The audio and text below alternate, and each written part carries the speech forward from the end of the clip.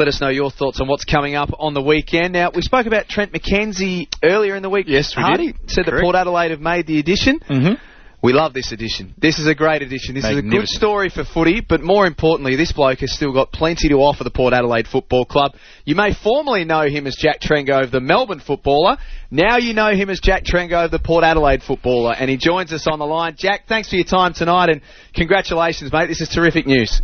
Nah, thanks for having me, Jack and Ben. Really excited about, it's been a bit of a whirlwind the last 24 hours, but couldn't be more excited to sort of get over and get cracking into it and getting back to Adelaide. Looks like Port Adelaide's where all the cool kids want to hang out next year.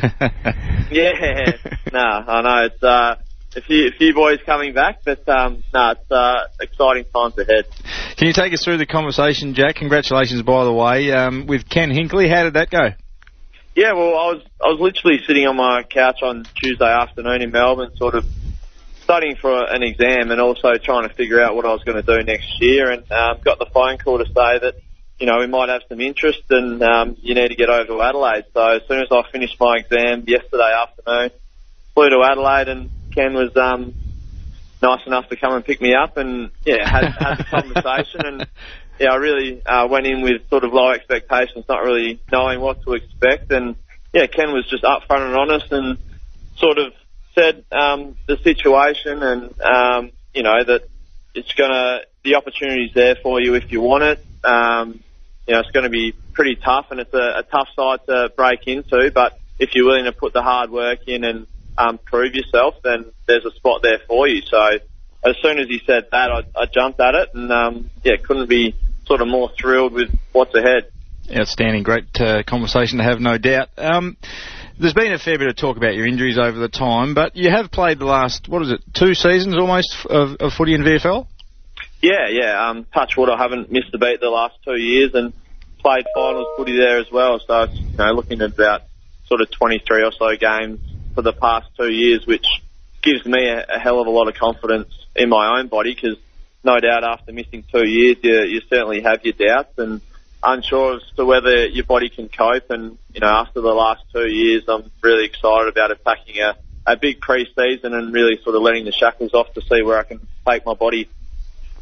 I was interested reading something I think you put in AFLplayers.com as well, saying when the delisting occurred, it was almost a bit of relief for you because you kind of ended 2 years of being in limbo, if you like. Is that how it felt? Yeah, it is a bit of a weird one. I guess on the back of my season this year in particular, like, I'm a realist, and when you're sort of continually overlooked and younger players are getting played ahead of you and things like that, you probably sort of see it coming. So I went into my exit interview fully prepared, to be told that I was no longer required. But there is an element of still that weird feeling of living in limbo and that unsurety. So when you're finally told, there is an element of relief. You're obviously shattered and plenty of emotions, but relief that there's actually some certainty as to what's happening. And I guess my feeling was from there, if I was to go again, that I would need a fresh environment with a new set of eyes, which is what Port Adelaide have given me. And they've, the brief chats that I've had with Ken so far has already instilled a lot of confidence in what's possible. Port Adelaide's newest recruit, Jack Trengove, chatting to us here on Sportsday. Jack, do you almost feel, having heard that, do you almost feel like this is a free shot at the stumps next year in a way, that you've got nothing to lose? No doubt. I think that's the approach that I've certainly taken, and I've literally got nothing to lose. And Ken even mentioned that. He said, well, we're going to let you go and just have a fair dinkum crack at it, and if some good footy comes as a result, then that's a great bonus for us. So, I couldn't be more excited and sort of, I guess, bullish about what's ahead, because, I'm finally going to get a chance to sort of attack a pre-season like I really want to and have no restrictions. So I'll be certainly putting my head down and bum up and, working my backside off and to see where it can really take me. Now that we're seeing the recruiting that Port Adelaide are doing, and that includes you, are you looking at Port Adelaide, and did you look at them before you accepted the offer and see them as being absolutely in the premiership window now? Yeah, well, I had some pretty long conversations with Watsy about his whole situation when he was sort of figuring out where he was going to play footy next year, and Port have gone very aggressive, and it is a great list, and they've recruited even better with sort of the likes of Motlop, Rockcliffe, Watsy, and Trent McKenzie. And obviously there was a fair few players that left them throughout the trade period and whatnot. But yeah, it's really exciting times ahead, and I think it was all shown sort of the way that they performed this year and kept improving as the season went and played finals footy. So, hopefully another year, another pre-season down the track, and we can take it one better. What did Watsy say when you called him and told him that you were coming? Yeah, he's actually over in Montreal visiting his girlfriend at the moment, so I wasn't sure if he was on the same time zone, so I just sent him a cheeky little text to say, do you mind if I move over to Adelaide with you? And he didn't really understand what was going on, and then next thing you know, I'm FaceTiming him and he's just about shedding a tear. So, he was pretty daunted about the whole situation of moving away from his family and friends to a foreign city, but hopefully I can nurse him through it and show him around the beautiful place of Adelaide and show him all our beautiful churches. There'll be plenty for you to show him. Speaking of family, mate, how did your family take it when you were coming home?